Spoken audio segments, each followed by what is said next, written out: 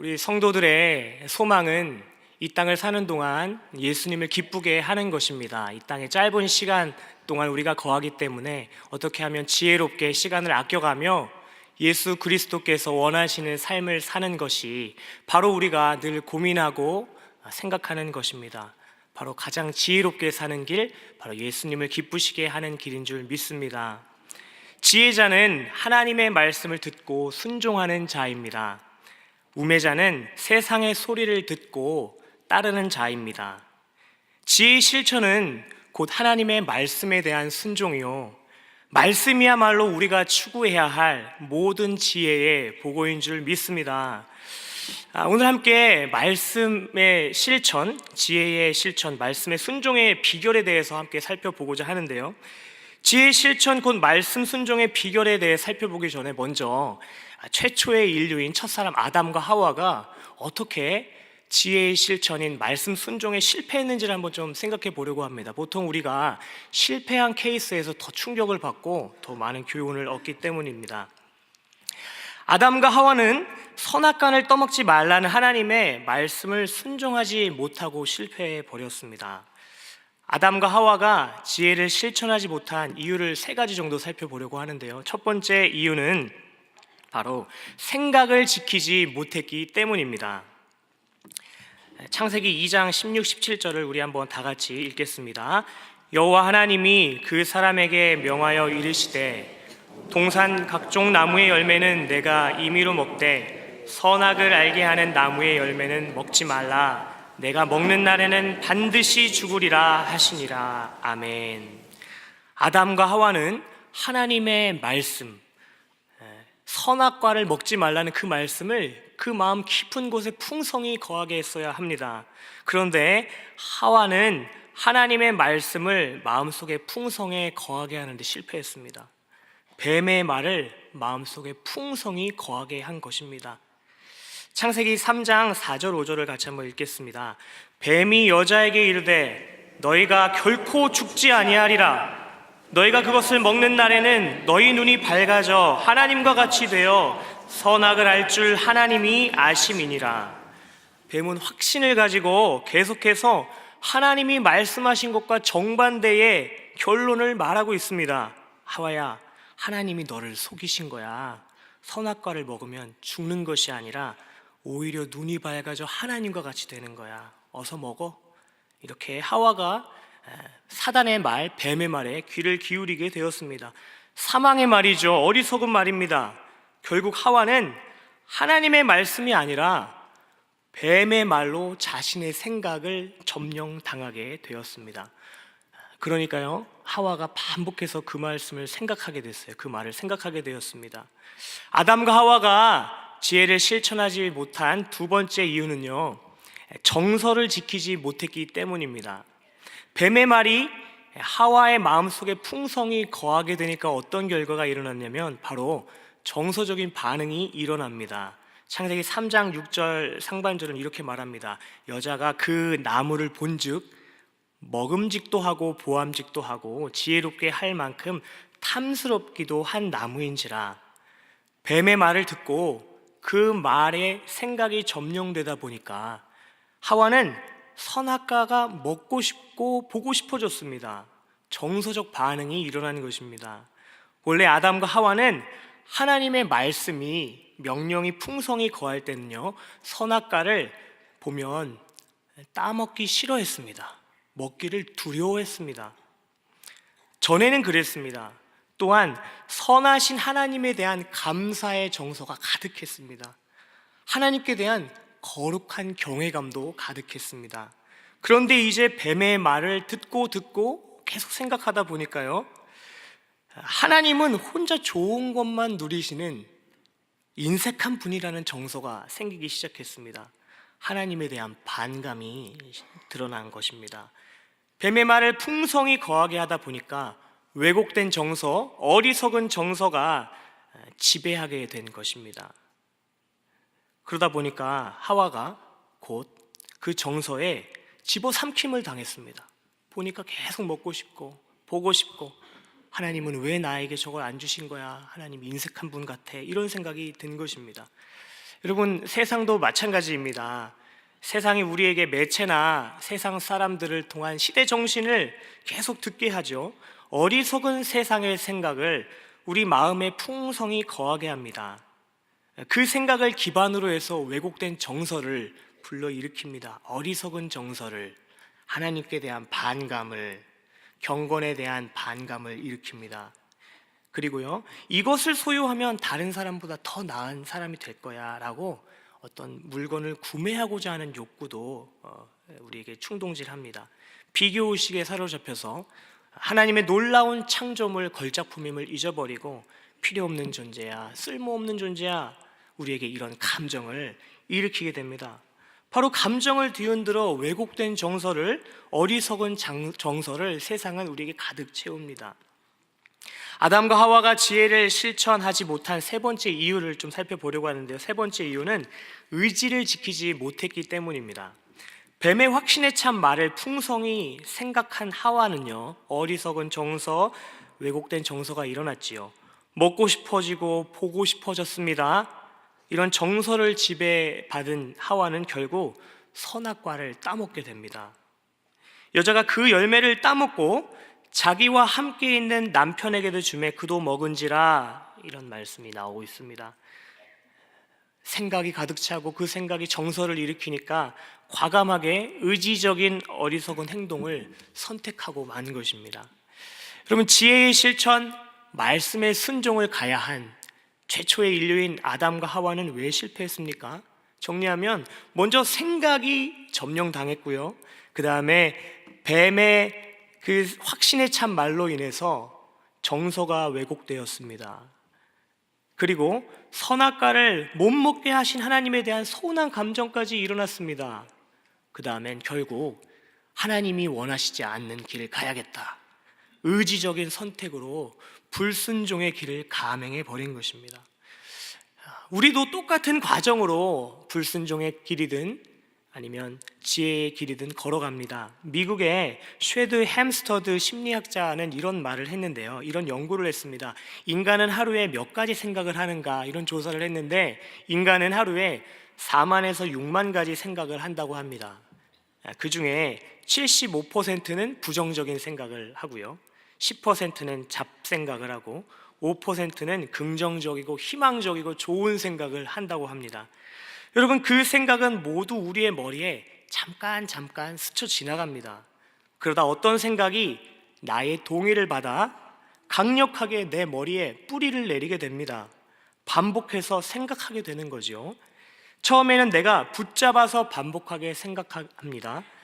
그런데 어느 순간 나는 그 수동적인 상태에 들어갑니다. 바로 내가 생각하고 싶지 않아도 계속 생각이 나게 되는 거죠. 그러다 보면요, 정서가 일어납니다. 그리고 그 생각대로 실천하고 싶고 실천해 버립니다. 말씀을 순종하는 지혜의 실천이든 세상을 쫓아가는 어리석은 방종이든 모든 행동은 똑같은 과정을 겪습니다. 생각이 내 마음에 착상을 합니다. 그 생각을 곰곰이 생각하면 그 생각이 자랍니다. 그 자라는 증거가 바로 정서가 일어나는 것이죠. 마치 태중의 아이가 자라나는 것과 같습니다. 그리고 그 정서가 충만해지면요, 몸 밖으로 나옵니다. 의지적인 행동을 해버리는 것이죠. 그리고 나면 이제는 다시 주워 담을 수 없는 상태가 됩니다. 한 예로 제가 정말 보기 싫은 영화가 한 편 있었습니다. 아주 좁은 공간에서 진행되는 영화라 별로 관심이 없었습니다. 무슨 열차라는 영화였는데, 그런데 그 영화사가 대대적인 홍보를 하는 겁니다. 베이커리에 가도 영화 포스터가 붙어 있고요, 그리고 버스를 타도 보이고요, 지하철을 타도 보입니다. 신문에도 보입니다. 자꾸 그 영화가 제 생각의 뿌리로 들어오게 됩니다. 그러다 보니까 정서가 일어나기 시작했습니다. 한번 볼까? 이런 생각을 했는데, 생각이 확신에 차도록 광고 멘트들을 계속 날렸습니다. 흥행 돌풍, 연일 신기록, 이런 말을 계속 들으니까 그 영화에 대한 호감이 생깁니다. 생각을 지배하더니 정서를 지배하고 결국 저는 그 지배를 당해 그 영화를 보았습니다. 이것이 바로 우리가 행동하는 동일한 원리입니다. 어리석은 불순종의 길도 지혜의 실천인 말씀의 순종도 이 똑같은 과정을 겪습니다. 바로 생각을 점령당하고 정서가 지배되고 의지적인 선택, 이 패턴을 따릅니다. 여러분, 오늘 우리는 지금 지혜의 실천 말씀 순종을 살펴보고 있는데, 먼저 부정적인 케이스를 한번 살펴봤습니다. 이제 우리는요, 골로새서를 통해서 어떻게 하면 이 짧은 인생, 예수님이 기뻐하시는 길을 선택할 수 있는 지혜의 실천, 말씀 순종의 길을 걸어갈 수 있을지 골로새서 말씀을 잠깐 또 보려고 합니다. 골로새서 말씀을 통해서요, 우리는 지혜의 실천인 말씀 순종의 첫 번째 비결은 바로 하나님의 말씀을 생각 가운데 풍성히 거하게 하라라는 것을 생각해 볼 수 있습니다. 여러분, 말씀이긴 말씀인데 예수님, 그리스도의 말씀이 풍성히 거하게 하라고 오늘 성경은 말하고 있습니다. 조금 더 넓게 보면 하나님께서 믿는 성도들에게 주신 이 성경 말씀을 풍성히 거하게 하라는 말씀입니다. 말씀 우리가 자꾸만 말씀만 생각하면요, 그 말씀을 누가 하셨는지 그 누구에 대한 포인트를 잊을 때가 많습니다. 여러분, 우리에게 말씀을 주신 그 하나님이 어떤 분이십니까? 시편 107편 1절은 이렇게 말씀합니다. 다 같이 읽겠습니다. 여호와께 감사하라. 그는 선하시며 그 인자하심이 영원함이로다. 하나님은 선하시고 인자하심이 영원한 분이라고 말씀합니다. 스바냐 3장 17절 우리 한번 같이 읽겠습니다. 너의 하나님 여호와가 너의 가운데에 계시니 그는 구원을 베푸실 전능자이시라. 그가 너로 말미암아 기쁨을 이기지 못하시며 너를 잠잠히 사랑하시며 너로 말미암아 즐거이 부르며 기뻐하시리라 하리라. 아멘. 하나님은 오늘 스바냐 말씀을 통하여 구원을 베푸시는 전능자라고 우리에게 말씀하시고요, 또한 우리를 기쁨을 이기지 못하신, 우리로 말미암아 기쁨을 이기지 못하시는 분이라고 말씀합니다. 요한복음 13장 1절도 한번 같이 읽겠습니다. 유월절 전에 예수께서 자기가 세상을 떠나 아버지께로 돌아가실 때가 이른 줄 아시고 세상에 있는 자기 사람들을 사랑하시되 끝까지 사랑하시니라. 아멘. 하나님은요, 우리를 끝까지 사랑하시는 분입니다. 전능하시는 선하신 하나님, 나를 기뻐하시고 나로 인하여 기쁨을 이기지 못하시는 하나님, 나를 끝까지 사랑하시는 그 하나님의 말씀을 우리 안에 풍성히 거하라고 말씀하고 있습니다. 오늘 이 자리에 모인 저와 성도님들 안에 이 말씀에 대한, 그 말씀을 전하신 하나님에 대한 설레임이 회복되기를 소원합니다. 그분이 하신 말씀이니까 내가 주야로 묵상해야겠다, 이런 마음이 가득 찬 시간 되기를 소망합니다. 그리스도의 말씀이 어떻게 거하라고 하시냐면요, 풍성히 거하게 하라고 하십니다. 제가 기도 생활에 큰 자극을 받았던 한 말이 있는데요, 경고가 있는데, 기도하는 사람은 많지만 충분히 기도하는 사람은 소수다, 적다, 이런 말을 제가 들었습니다. 그리고 나서 도전과 자극을 받아서 하나님, 저는 그 기도하는 소수에 들고 싶습니다. 전심으로 주님을 찾는 자가 되고 싶습니다. 이렇게 생각했던 게 기억이 납니다. 단지 기도뿐이겠습니까? 말씀이 거하는 사람은 많지만 말씀이 풍성히 거하는 사람은 적습니다. 마치 연속극을 보듯이 요즘에는 뉴스가 토탈 사이트에 보면요, 넘치도록 계속 이어지잖아요. 그래서 뉴스를 빠짐없이 보시는 분도 참 많은 것 같아요. 그런 뉴스를 꼼꼼히 살펴보듯이 젊은이들은 SNS를 24시간 보듯이, 그리고 사랑하는 사람을 그리워해서 떨어져서도, 방금 만나고 떨어졌어도 문자로 계속 연락하듯이, 그렇게 말씀을 풍성히 거하게 하는, 적당히가 아니라 풍성히 거하게 하라고 우리를 권면하고 있습니다. 그리고 계속해서 그리스도의 말씀이 풍성히 거하게 하는데 어디 속에 거하게 하라고 말씀하시냐면 너가 아니라 너희 속에 풍성히 거하게 하라고 말씀하고 계십니다. 개인이 아니라 공동체 가운데 풍성히 거하게 하라고 권면하고 계십니다. 우리의 주변 사람 공동체 구성원에 뭐가 담겨 있느냐가 우리의 상태에 지대한 영향을 주는 것을 우리는 쉽게 경험하게 됩니다. 여러분, 아담을 보십시오. 자기만 잘 지킨다고 된 것이 아닙니다. 하와가 무너지니, 영가족인 하와가 무너지니 아담이 바로 무너졌습니다. 말씀을 혼자만 열심히 풍성히 거하게 하는 것을 넘어서는 공동체가 되어야 합니다. 말씀을 풍성히 거하게 하는 공동체의 문화를 만드는 사랑의 교회가 되기를 소망합니다. 공동체적인 전통을 만들기를 소망합니다. 감사하게도 사랑의 교회는 이런 전통과 문화가 잘 되어 있어서 얼마나 감사한지 모르겠습니다. 제자 훈련, 사역 훈련, 다락방 모임이 다 이렇게 말씀을 개인이 아니라 우리, 너희 가운데 풍성히 거하게 하는 공동체의 문화입니다. 여러분, 4대가 함께 할 수 있는 날마다 손을 샘물 큐티하니도 매달 발간됩니다. 이 공동체에 너무나도 좋은 전통입니다. 똑같은 본문을 가지고 부모님과 또한 아이들이 함께 말씀을 너희 속에 풍성히 거하게 할 수 있는 이 좋은 툴이 있습니다. 또한 함께 말씀 암송하는 토빗의 문화가 또한 얼마나 좋은지 모릅니다. 너 속에가 아니라 너희 속에 말씀을 거하게 하는 이 암송 시간, 기다린 그 암송 시간이 있는 게 얼마나 감사한지 모릅니다. 공동체 옆에 사람에게 말씀을 가득 채우는 것이 바로 내가 살 길이며, 내 안에 말씀을 가득 채우는 것이 바로 옆 사람이 살 길인 줄 믿습니다. 그래서 함께 내가 아니라 우리 속에 말씀을 가득 채우는 공동체 문화를, 전통을 만들어 가기를 소망합니다. 그리스도의 말씀이 우리 속에 풍성에 거하게 하는 암송의 진원지인 토빗에 나오시기를 소망합니다. 다락방 안 나오시는 분이 주변에 계시면 금주에 다락방 연결해 주시기를 소망합니다. 말씀이 풍성히 거하는 공동체 문화가 확고히 자리 잡는 생명 공동체 되기를 소망합니다. 그 다음에는 모든 지혜로 피차 가르치며 권면하고 라는 말씀이 나옵니다. 내 안에 말씀이 풍성히 거하면 우리는 자연히 누군가에게 그 말씀을 흘려보내주게 됩니다. 아침에 일찍 일어나면 말씀 카톡을 보내고 싶어지는 것입니다. 가르치고 권면하기를 원하는 것입니다. 그럴 때 서로의 마음 안에 더욱 그리스도의 말씀이 풍성히 거하게 하는 상호 침투적인 생명의 역동이 공동체에 생기게 됩니다. 나 혼자 볼 때보다 더욱 풍성한 말씀에 우리가 적셔들게 됩니다. 그러한 상호 침투적인 역동 가운데 내가 미처 발견하지 못한 말씀을 우리 순원분들을 통해서 듣게 됩니다.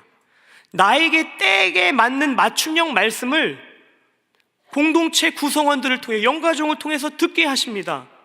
영적 복지 혜택 아닙니까? 영적 먹거리.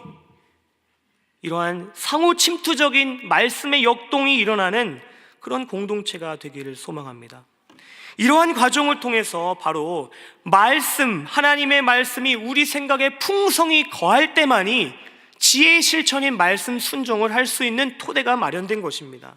두 번째는 지혜의 실천인 말씀의 순종, 두 번째 비결은요, 찬양으로 신령한 정서를 일으키고 보호하라입니다. 16절 하반절에 보면 시와 찬송과 신령한 노래를 부르며 감사하는 마음으로 하나님을 찬양하고 라고 말씀합니다. 시는 시편을 그대로 옮겨놓은 그러한 찬양입니다. 우리가 생각하기에는 나의 힘이 되신 여호와여, 여호와는 나의 목자시니 오직 주만이, 이런 찬양이죠. 찬미는요, 하나님께 영광 돌리는 찬송입니다. 창조의 아버지, 위대하신 주와 같은 찬양입니다. 신령한 노래는 말 그대로 영감 있는 찬양입니다. 우리 시선이나 부흥과 같은 찬양입니다. 말씀을 가득 채운 성도가 찬양을 올려드릴 때 주님께서 큰 영광을 받으십니다.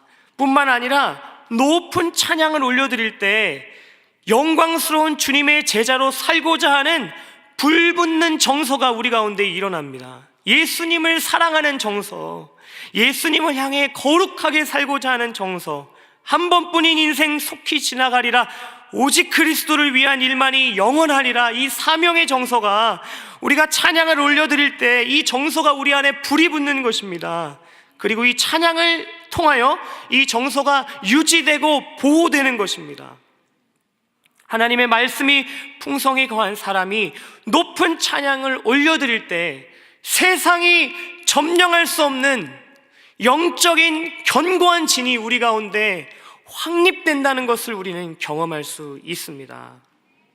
시와 찬송과 신령한 노래를 높이 부르며 경배할 때 그리스도의 말씀이 풍성히 거할 뿐만 아니라 말씀을 실천할 수 있는 정서적인 무장이 되는 것입니다. 영감 있는 찬양을 반복해서 부르고 듣는 것이 신령한 정서를 유지하고 무장하는데 큰 도움이 되는 것을 우리는 많이 느끼게 됩니다. 차 안에서, 가정에서, 일어날 때, 출근할 때, 일할 때, 자기 전에 언제나 찬양을 가까이 하면 우리 안에 신령한 정서가 유지되고 보호됩니다. 우리 사랑의 교회 모바일 앱을 보면 또 찬양이라는 앱 부분이 있는데 저는 그것을 많이 활용합니다. 거기에 보면 주일 찬양을 반복해서 들을 수 있게 됩니다. 아침에 일어나서 그 찬양을 들으면 제 마음이 하나님께 예배하고 싶은 마음으로 딱 정서적인 무장이 되는 것을 경험합니다. 이러한 찬양과 찬송을 통한 정서적 무장을 통하여 우리는 말씀의 순종인 지혜의 실천의 길을 걸어갈 수 있습니다. 지혜의 실천인 말씀의 순종의 세 번째 비결은 마지막 비결인데요, 예수님의 이름표를 달고 의지적으로 순종하라입니다. 17절 상반절에 보면 또 무엇을 하든지 말이나 일이나 다 주 예수의 이름으로 하고 라고 말씀합니다. 하나님의 말씀을 풍성에 거하게 하면 예수님처럼 생각하게 됩니다. 예수님이 원하시는 생각을 하게 됩니다. 찬양으로 신령한 정서를 보호하면 예수님처럼 느끼게 됩니다. 거룩하게 살고 싶고 하나님께 순종하고 싶고 내 마음을 순결하게 나의 동기를 지키고 싶고 이웃을 사랑하고 싶고 나눠주고 싶어집니다. 생각과 정서가 영적인 감화를 받은 후에 오늘 마지막으로 오늘 말씀을 통하여 무엇을 하든지 말에나 일에나 다 주 예수의 이름으로 하라고 말씀합니다. 주 예수의 이름으로 하라는 말은 쉽게 예수님의 이름표를 달고 하라는 말입니다. 예수님의 이름표를 달고 작은 예수의 정체성을 가지고 무슨 말이나 일이나 하라는 말씀입니다. 여러분, 예수님께서 십자가에서 우리의 이름표를 달고 죽으셨습니다. 바로 우리를 대신하여 죽으셨습니다. 우리는 그것을 대속이라고 부릅니다. 그 이유는 바로 우리가 예수님의 이름표를 대신 달고 오늘을 살게 하시기 위함인 줄 믿습니다. 이것을 우리는 제자의 도라고 말합니다. 우리는 작은 예수님의 제자라는 인정을 받기 위해 그 이름을 얻기 위해 순종하는 것이 아닙니다. 이미 예수님이 너는 작은 예수란다, 우리를 봐주시기 때문에 우리가 바로 예수님의 이름표를 달고 사는 존재로 만들어 주셨기 때문에 오늘 우리의 삶의 영역에서 예수님처럼 순종의 길을 걸어가는 것입니다. 이 높은 부르심, 이 영광스러운 소명, 이 정체성을 가지고 하루하루 지혜의 실천인 말씀 순종의 길을 걸어가기를 소망합니다. 말씀을 마무리하겠습니다. 우리의 생각에 가득 채울 수 있는 풍성한 말씀을 주심에 감사합시다. 선하시고 인자하시며 나를 인하여 기쁨을 이기지 못하시는 구원을 베푸시는 전능자, 나를 사랑하시되 끝까지 사랑하시는 예수님의 말씀을 우리 안에 풍성히 거하게 하기를 소원합니다. 그 말씀을 우리의 생각에 가득 채우고 또한 시와 찬미와 신령한 노래들로 신령한 정서를 유지하고 보호하기를 소망합니다.